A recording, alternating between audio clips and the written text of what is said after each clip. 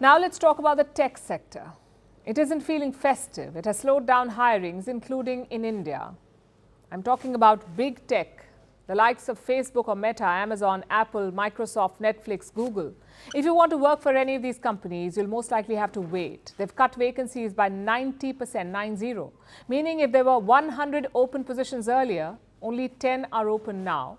And this is quite a fall from the last few years. You see, during the pandemic, the tech sector expanded aggressively. The world moved online, so there was a glut of jobs and a growing demand for talent. It helped the employees. Their pay packages shot up. Many took up new jobs with jaw-dropping hikes. But since last year, winter has set in, the money has dried up, and tech companies are tightening their belts. The worst hit are the startups. Let me show you some data.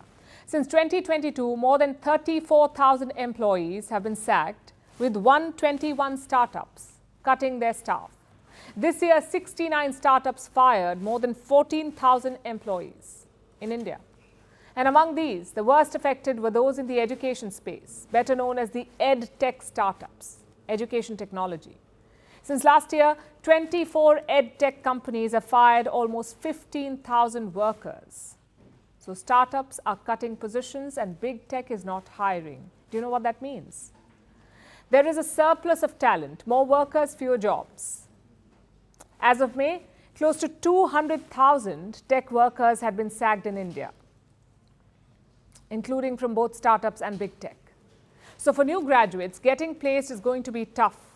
There will be fewer jobs available. And if you're looking to switch jobs, it will be tougher to find the right fit.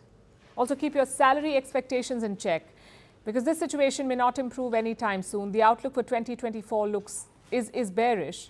Leading Indian tech companies expect less revenue.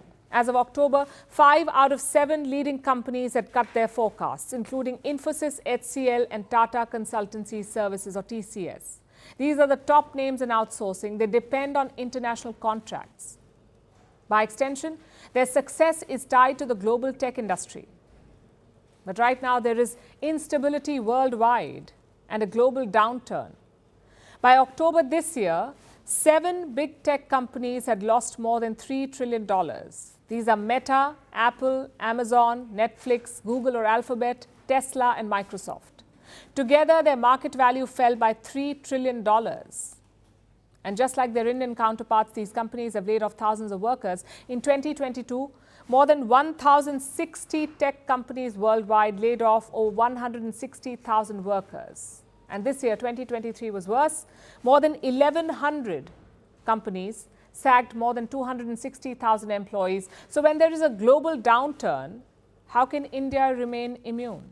This turmoil has also exposed some weaknesses: overvalued companies, unsustainable startups, and a workforce with a skills crunch. And that's the most pressing issue right now, especially among the new graduates. Look at this recent survey. It covered 440,000 Indian students across 2,500 campuses, and the findings are concerning. Just 45% of these students were employable. What about the rest? Their skills need an upgrade. Today, the CEOs of leading tech companies in the world are Indians. If India wants to sustain this dominance, it must focus on upgrading its workforce faster, because technology is speeding ahead, and those who can keep pace will find a place in the job market.